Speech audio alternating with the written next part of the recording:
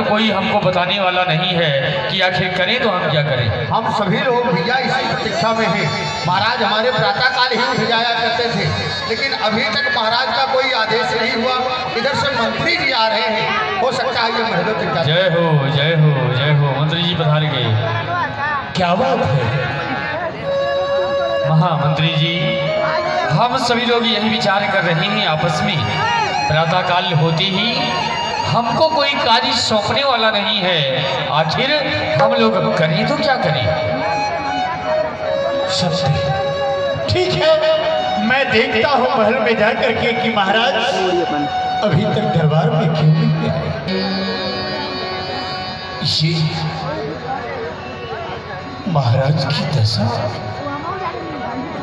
ऐसी आखिर क्या बात है। ऐसे परे हुए हैं जैसे कोई सिंह किसी शिकार को पकड़ना चाहे और बच जाता है। पहले राम बुला के लाई, रात्रि भर महाराज राम राम कह के बिताए। जाइए चलो सुमंत्र राय रूप जानी, चलो सुमंत्र राय रूप जानी। महाराज की ऐसी दशा, लगता है महारानी केकई ने कुछ कुचाल चली जिसके कारण महाराज ऐसे परे हुए हैं। क्यों? क्योंकि जो महारानी केकई कभी मेरे सामने अपने घूंघट को हटा करके बातें नहीं की, आज वो आदेश दे रही है कि सुमंत जाओ, जाकर राम को बुलाना। आदर कीन पिता समलेखा, आदर कीन पिता समलेखा। मंत्री जी, आज आप मेरी भवन की तरफ प्रस्थान कर रहे हैं, कहिए क्या कारण है।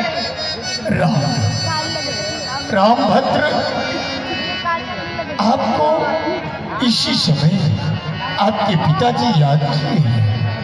मनहु वृद्ध गजराज अहम करुणत सुंदर। हे पिता, पिता क्या हुआ तुम्हें? क्यों तुमको मूर्छा आई है? क्या किसी रोग ने घेरा है या कुछ तबीयत घबराई है? मंत्री मंत्री, माता माता, ये ऐसे क्यों बुलाए? क्या मुझसे कुछ अपराध हुआ जो पिता मेरे नीचे आए? माता जी, पिताजी की ऐसी दशा क्यों है? सुनहु राम सब कारण एहु, राज ही तुम पर बहुत स्नेहु। कारण कारण कारण कारण कारण जानना चाहती हूँ।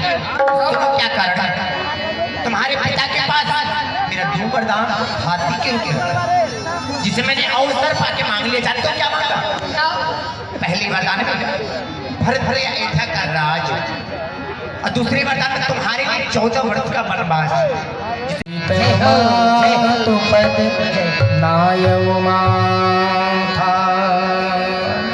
कहु तात जननी बलिहारी, कबहि लगन मुद मंगलकारी। जी 10-4-14 वर्ष वन में रहकर पिताजी के वचनों को सत्य कर पुनः मैं आपके चरणों का दर्शन करूंगा। माँ बेटा, राज तुम ये क्या कह रहे हो? शुभ दिन साधा, कहु जान बन के ही अपराधा। तुम ये क्या कह रहे हो? पिताजी को तो तुम प्राण के समान प्रिय थे। तुम्हारे चरित्र को देखकर नित्य प्रसन्न हुआ करते थे। तुम्हारे लिए पंडितों से उन्होंने शुभ मुहूर्त का शोधन करवाया था राज्य देने के लिए। फिर तुमसे ऐसी कौन सी गलती हो गई, कौन सा अपराध हो गया जिसके कारण उन्होंने वनवास सुना दिया? इसका मुझे कारण सुनिए। हे माता श्री, मंझली महारानी कैकेयी के 2 वरदान महाराज के पास खातिर रूम में रखे हुए थे। अवसर पा करके उन दोनों वरदानों को महारानी ने मांग लिया। पहले वरदान में भैया भरत के लिए अयोध्या का विशाल राज, और दूसरे वरदान में प्रभु श्री राम के लिए 14 वर्ष के लिए वन का वनवास। जो केवल पितुआई सुताता तो जनी जाहु जानी बड़ी माँ।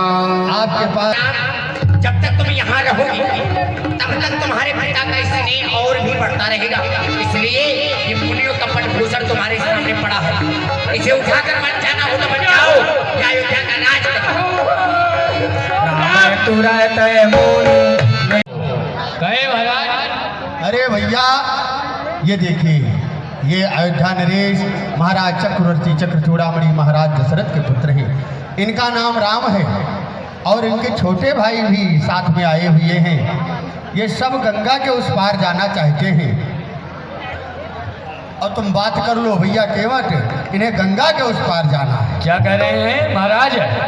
आप क्या कह रहे हैं? राम आए हैं, अयोध्या से राम लक्ष्मण और जानकी, इन सबका पदार्पण हुआ है। जय हो जय हो। आज तो मैं कृतार्थ हो गया भगवान, आप तीनों मूर्तियों का दर्शन करके मैं कृतार्थ हो गया। कहे महाराज का आदेश है केवट के लिए? भैया केवट आप अपनी नौका ले आए, हम तीनों प्राणियों को गंगा के उस पार जाना है।